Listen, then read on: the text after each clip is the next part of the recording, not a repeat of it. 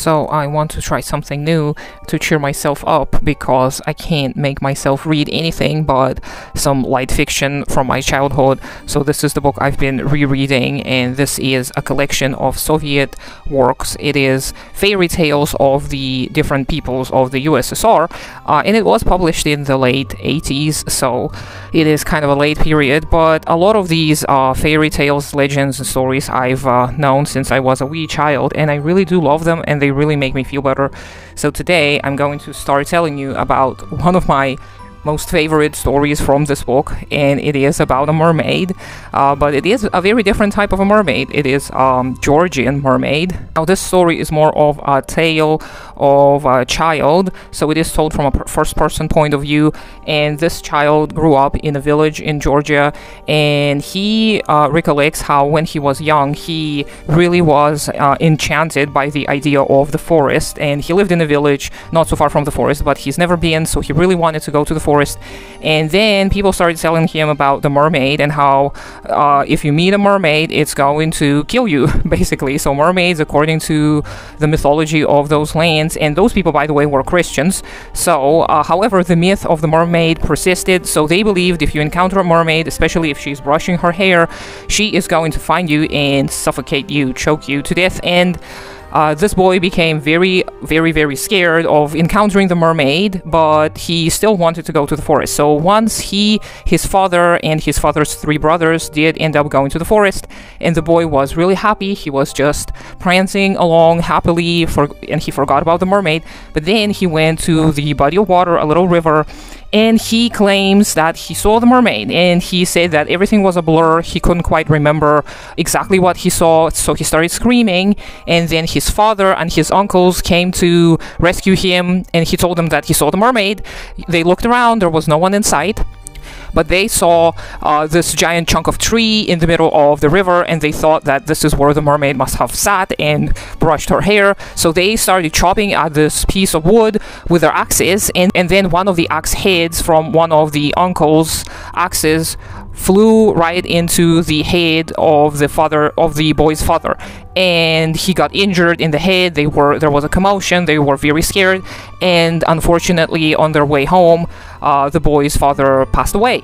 So, and since then in the village there was a lot of commotion, a lot of rumors about the fact that the mermaid killed this little boy's father, and the religious authorities started questioning them and started walking around, talking and twisting all kinds of lies about the family being cursed and whatnot. So the family was, of course, very much dismayed. The family was, of course, heartbroken, and the grandmother of this boy, whose name, by the way, was the same as mine, her name was Maya, so she was the next victim of the mermaid. So she fell ill, and they did have a supernatural encounter. So there was an incident with a stone in the family's hearth and a voice speaking, and they thought the voice belonged to the mermaid. After that, their grandmother fell ill, and in a few days passed away. She did talk about the mermaid and being suffocated by the mermaid sometime before her death, so she might have been hallucinating, and I will talk more about the analysis later. But then the family continued having to face those village rumors, and they went into debt trying to cleanse themselves of the impurity of the mermaid, of the supernatural curse that they were under. And the religious authorities, the Orthodox Christian authorities, kept fueling the fire. They kept saying that, well, you guys must have done something, you must have sinned. This is why this mermaid continues to follow you, and you're not going to be able to get rid of her, so you need to move. So this is another big point of the story, the fact that they continuously are told, especially by religious authorities, to move.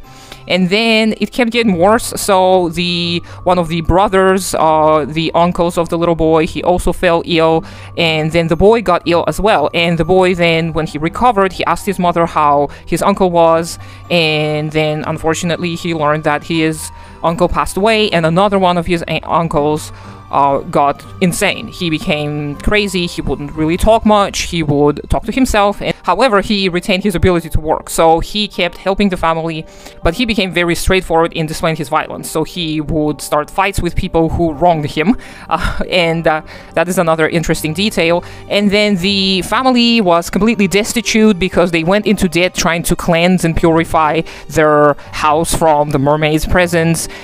And they borrowed the money from this rich money lender, this loan shark, who is described as fat and terrible to other people. He charges crazy interest, and he is generally displayed in a very negative light because, of course, this work was published in the Soviet Union. This is how we want to portray our enemies. So the encounter with this loan shark is another very interesting point of the story. So when he comes to claim their vineyard, and they're Georgian, so their vineyard is a big important part of them. Oh, by the way, before the vineyard got claimed, they did move to a new house because they didn't want to stay in this house that was cursed by the mermaid, and everybody kept telling them, especially the religious authorities, they kept telling them that they needed to move because their place was cursed, etc. So they did move. They asked their relatives to come and help them build a new house, and they lived in this dirt, clay, and wood house, and it was actually not suitable for the weather. They do describe how the first winter was harsh, and this is actually why the boy and his uncle got sick, I think. So then they do still have the vineyard and some of the land, but so this loan shark comes and with some authorities, local authorities, demanding that the vineyard is given to him, and unfortunately they can't do anything about it. And the oldest of the brothers at this time already got married and had a family of his own, but they still live together. And he comes back telling the family that he can't do anything, and unfortunately they have to give up the vineyard, and he is absolutely destroyed by this. And the loan shark and these other authorities, they're also telling the family that they have to give a fee, pay a legal fee for the authorities doing business that has to be done, and they cannot pay the money because they don't have any money. And then they say they'll take away their cow. And this is a very interesting scene because the woman, the mother of the boy, she stands up to these oppressors, and she's like, over my dead body, you're not taking the cow. And she actually assaults one of these people with a shovel and breaks his head open. And meanwhile, this loan shark also was attacked, assaulted by the insane brother, who of course could not stand this oppression and violence against his family, so he started beating up that guy. So the fight is broken in just a few minutes, and it's funny that these authorities, they don't press any charges because they actually confess. They talk amongst each other and they confess that they conspired against these people. They didn't have to pay that legal fee. The legal fee actually was owed by the loan shark, and they wanted to actually exploit the family even more. So yeah, they basically leave, but they did take away the vineyard, so now it doesn't belong to this poor family. And so one of the uncles, who is the oldest, who now has a family of his own, he is continuously pushed by these religious figures, especially this one deacon. I think this is how these people are called. He, from the very beginning of the story, he continuously tells the family that they need to move away, that this land is not good for them, that the mermaid is cursing them, and he's just a snake. Okay, so I'll tell you more about him in the end.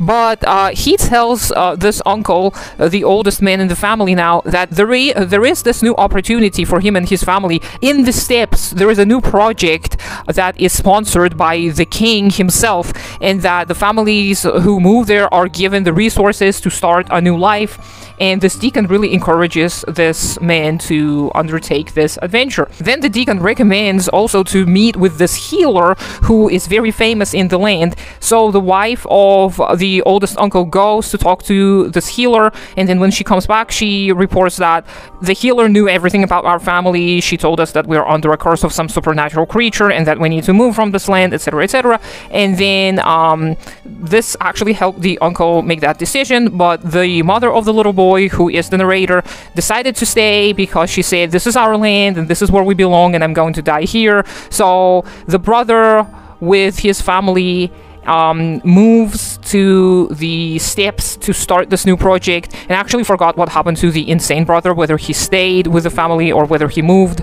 I don't think it's even mentioned. Okay, maybe I'll double check later. But the boy then tells how his life with the mother when they lived on their own was pretty hard, but he was able to learn a trade. He had to move away from his house to learn a trade, and then when he came back, unfortunately his mother has passed. He came back in a few years' time, and and she passed, and the neighbors told him that it must have been that deacon who poisoned his mother, and now the deacon owns all of this land that he initially insisted they move away from.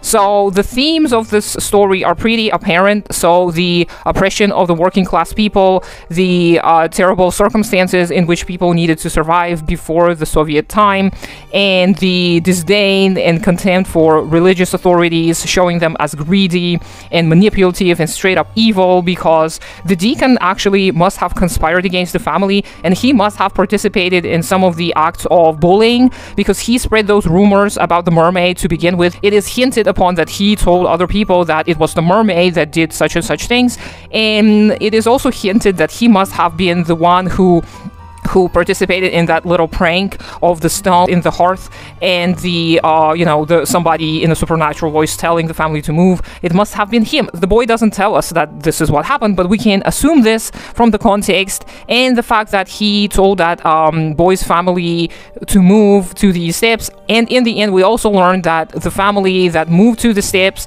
this boy's remaining family, they unfortunately also didn't do well. It was all a lie. There was nothing great in those steps, and the father of the family, meaning this boy's uncle, died, and then his family just kind of scraped by, and some of the children in the family ended up becoming criminals because they had nothing else to do. So that's another big theme, how the capitalist exploitation, at the time it was more of a feudal exploitation, but how it leads people into all of these terrible lifestyles. Like, people either have to struggle to survive honestly, and even then they can't, because the religious authorities are upon them and they will keep pressing them for more and more and more, or they can choose a life of crime, and this is not much better, of course. And all of this terror and disease that the family had to endure, they stood together to do that. So we see a strong theme of community in here, and I really personally do enjoy having these kind of tales. So when I was a child, I loved the story, and I was terrified of the mermaid because I thought it was an actual thing. I didn't understand when I was little that it was a symbol,